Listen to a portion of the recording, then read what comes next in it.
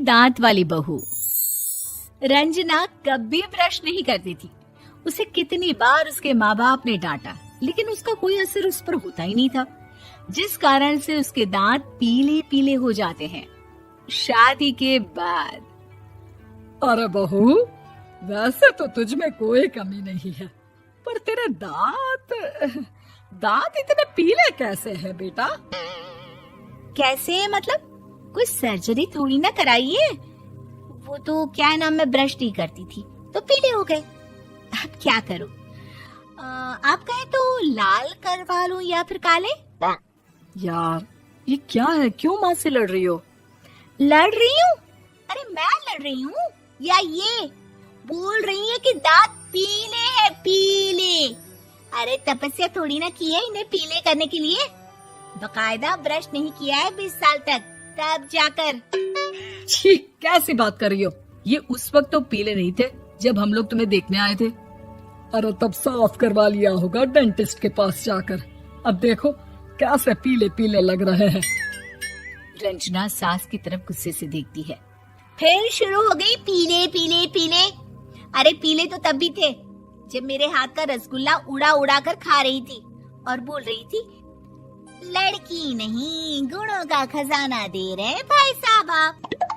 खैर, अब वो लोग करते भी तो क्या करते, पीले दांत वाली बहू पल्ले पड़ी थी तो झेलना तो था ही। एक दिन कीर्तन में रंजना गाना गा रही थी। अरे कमला बहन, माँ का द्वार है, यहाँ तो सब शुद्ध होकर आते हैं, फिर अपनी बहू को ब्रश भी नहीं करवाती तुम। दूर से पीले पीले दांत भक्ति में बाधा उत्पन्न कर रहे हैं। अरे कोई 2 साल के बच्ची थोड़ी ना लेकर आई हूँ मैं बहू बनाकर। अच्छी खासी लड़की है, अरे कैसे करवाऊं ब्रश? ये तो उसे खुद करना चाहिए ना। अब माँ बाप तो इसके जैसे तैसे निपटा दिए, ये नहीं सोचा कि सास कैसे संभालेगी। सास बहू को लेकर घर आ जाती है, लेकिन सोच लेती है कि अब इसे लेकर कहीं नहीं जाएगी।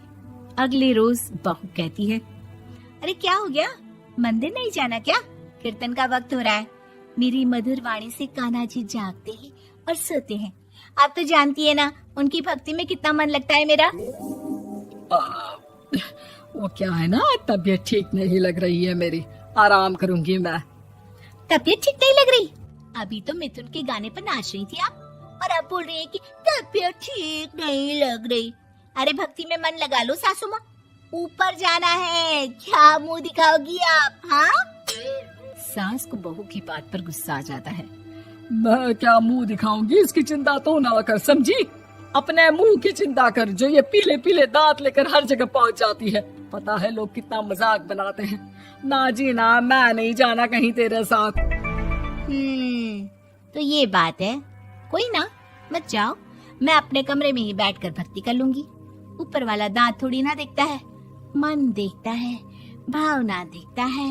और अरे बस बस, तू सब कुछ दिखा, बस ये सफेद चमकदार दांत ना दिखाना किसी को, है? जा यहाँ से। बहू को सास की बात का कोई फर्क नहीं पड़ता, वो तो जैसी थी वैसी ही रह जाती है। सुबह नहाकर किचन में खाना बनाना, फिर खाना खाना, कीर्तन भजन करना और सो जाना। एक दिन, माँ जी मैं सहेली के घर जा रही हूँ, शाम को लेट आऊंगी। हाँ हाँ तो जाना, मैंने कौन सा तेरी आरती करनी है घर पर बैठकर। रंजना सहेली के घर जाती है, जहाँ वो पार्टी में जाने की तैयारी कर रही होती है। अरे शिखा, कहाँ जाने की तैयारी कर रही है? मैं गलत वक्त पर आ गई क्या? अरे नहीं यार, उल्टा सही वक्त पर आ गया।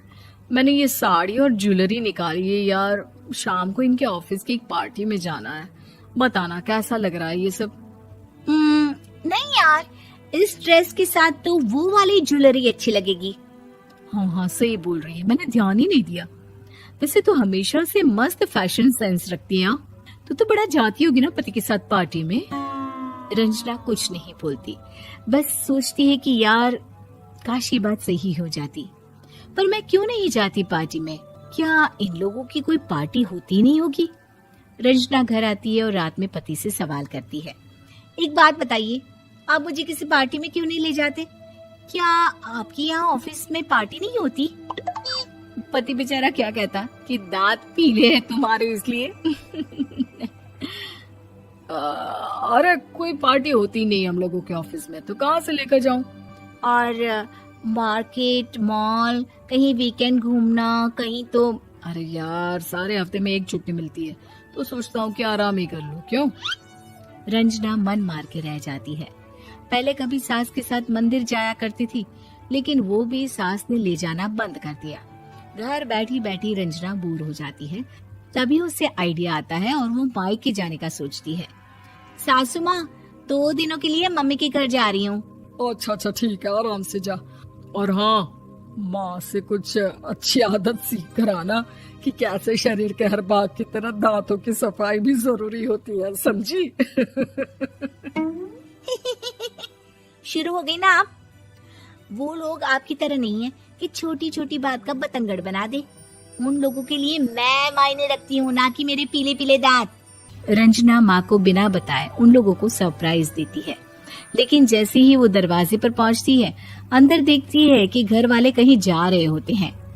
अब माँ, काश रंजना दीदी के दांतों वाली प्रॉब्लम नहीं होती, तो वो भी हम लोगों के साथ चलती ना बुआ जी की बेटी की शादी में।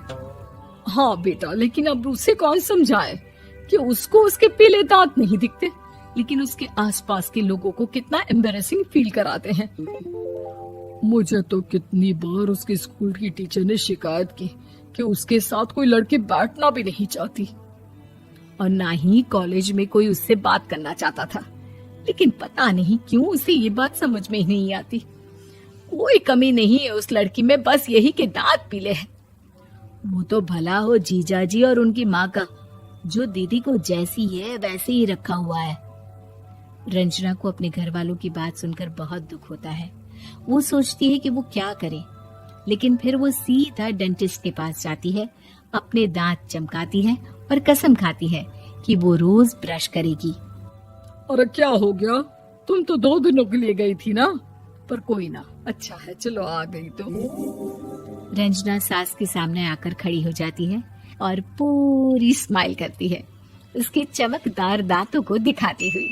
हैं? चले मंदिर?